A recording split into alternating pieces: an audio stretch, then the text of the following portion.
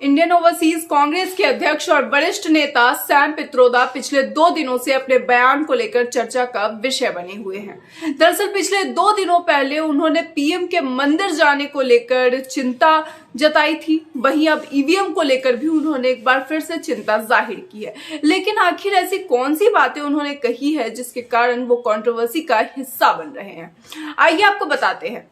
दरअसल चिंता जाहिर करते हुए सैम पित्रोदा ने ये बात कही है कि अगर ईवीएम से जुड़े मुद्दे को नहीं सुलझाया गया तो 2024 के लोकसभा चुनाव से भाजपा 400 से ज्यादा सीटों से जीत सकती है। जी हां, एक इंटरव्यू में सैम पित्रोदा ने कहा कि 2024 का लोकसभा चुनाव भारत की किस्मत का फैसला करने वाला है, यानी कि आगे आने वाले सालों में भारत में क्या होगा, क्या नए बदलाव होंगे, इस सब का फैसला सिर्फ 2024 के चुनाव पर निर्भर करता है। पिछले 5 राज्यों में हुए चुनाव और उसके परिणाम देखने के बाद पूरा विपक्ष ईवीएम के मुद्दे पर एक साथ सुप्रीम कोर्ट पहुंचा था। सुप्रीम कोर्ट में वरिष्ठ अधिवक्ता नरेंद्र मिश्रा ने इसकी याचिका भी दाखिल की थी, जिसके बाद इस पर सुनवाई हुई थी। याचिका पर संज्ञान लिया गया था। लेकिन सैम पित्रोदा के चर्चा में आने का कारण ईवीएम पर की गई ये टिप्पणी नहीं बल्कि मंदिर पर की गई टिप्पणी है।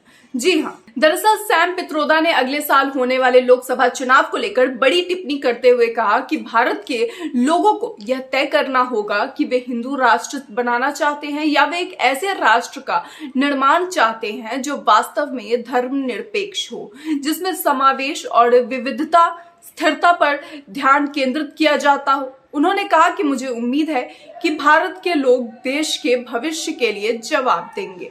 उन्होंने यह भी कहा कि भारत में धर्म को ज्यादा महत्वता दी जाती है, जबकि यह निजी विषय है, इसे राष्ट्रीय मुद्दा नहीं बनाया जाना चाहिए। उन्होंने आगे कहा कि 2024 का चुनाव भारत के भविष्य के लिए अहम है। मुझे उम्मीद है कि भारत के लोग सोचेंगे कि 2024 का चुनाव भारत के विषय के लिए, भारत के भविष्य में कितना आवश्यक है, कितना जरूरी है और इस पे कितना सोच समझ के हमें विचार करना चाहिए। उनका कहना है कि हम चौराहे पर हैं और भारत के लोगों को तय करना होगा कि वे किस तरह का राष्ट्र बनाना चाहते हैं। सैम पित्रोदा ने आगे कहा कि मुझे किसी भी धर्म से कोई दिक्कत नहीं है, लेकिन मुझे समस्या तब होती है जब धर्म जैसे निजी विषय को देश का मुद्दा बना दिया जाता है।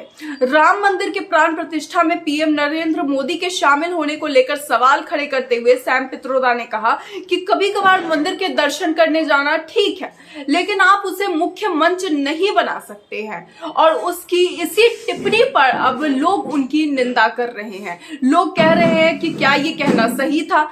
न सिर्फ आम आदमी बल्कि बड़े बड़े पत्रकार भी इस पर अलग अलग अपनी टिप्पणियां दे रहे हैं। उनके नाम को लेकर सवाल उठाए जा रहे हैं।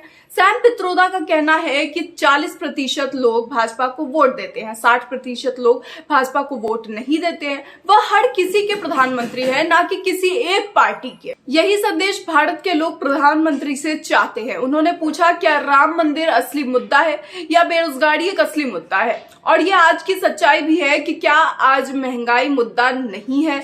क्या आज सभी के पास रोजगार उपलब्ध है? क्या लोगों के पास भरपेट खाने को खाना है? क्या आज गरीबी का स्तर इतना ऊपर उठ चुका है कि लोगों के पास सिर्फ धर्म ही एक मुद्दा रह गया है? मगर इन सभी सवालों का सरकार में बैठे लोगों से कोई लेना देना नहीं है।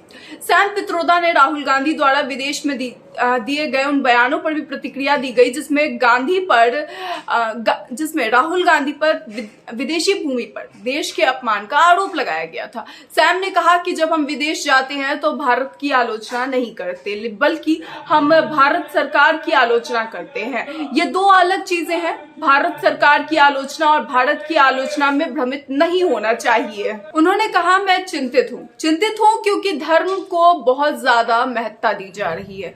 मैं देख रहा हूं कि लोकतंत्र को कमजोर किया जा रहा है। जब 10 साल तक किसी देश का प्रधानमंत्री एक प्रेस कॉन्फ्रेंस नहीं करता, यह मुझे परेशान करता है। जब प्रधानमंत्री को किसी राष्ट्रीय स्टेडियम का नाम अपने नाम पर रखने में कोई समस्या नहीं है, जबकि वह जीवित है, यह बात मुझे परेशान करती है।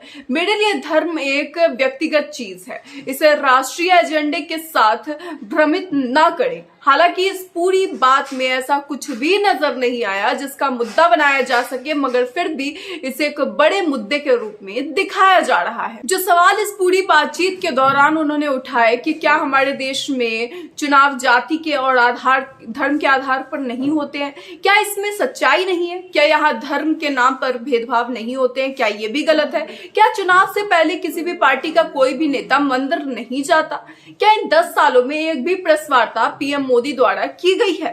और अगर ये सब बातें गलत नहीं है तो सैम पित्रोदा गलत कैसे हुए और उनकी बातें गलत कैसे हुई? क्या उनके नाम पर किसी भी तरह की टिप्पणियां करना उचित है? इस पूरे मामले को लेकर के आपकी क्या राय है? अपनी राय कमेंट बॉक्स में जरूर बताएं। ऐसी और खबरों के लिए देखते रहिए मौलिक शक्ति।